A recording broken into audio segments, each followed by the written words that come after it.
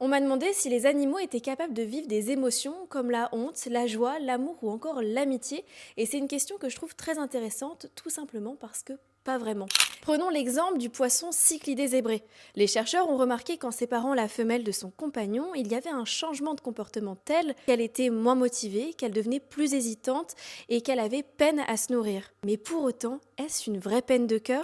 On sait aussi que chez les vaches, elles préfèrent brouter avec les mêmes congénères et que si elles se retrouvent séparées, elles vont démontrer des signes de stress. Mais est-ce de l'amitié ou alors une simple habitude? Une chose est sûre, il faut faire attention à ce que l'on appelle l'anthropomorphisme.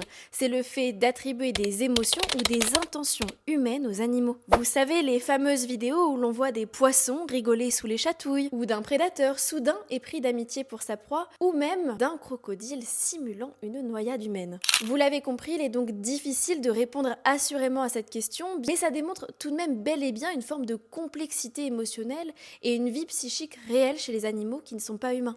Alors, qu'en penses-tu? Dis-le moi en commentaire et pour plus de vidéos, abonne-toi!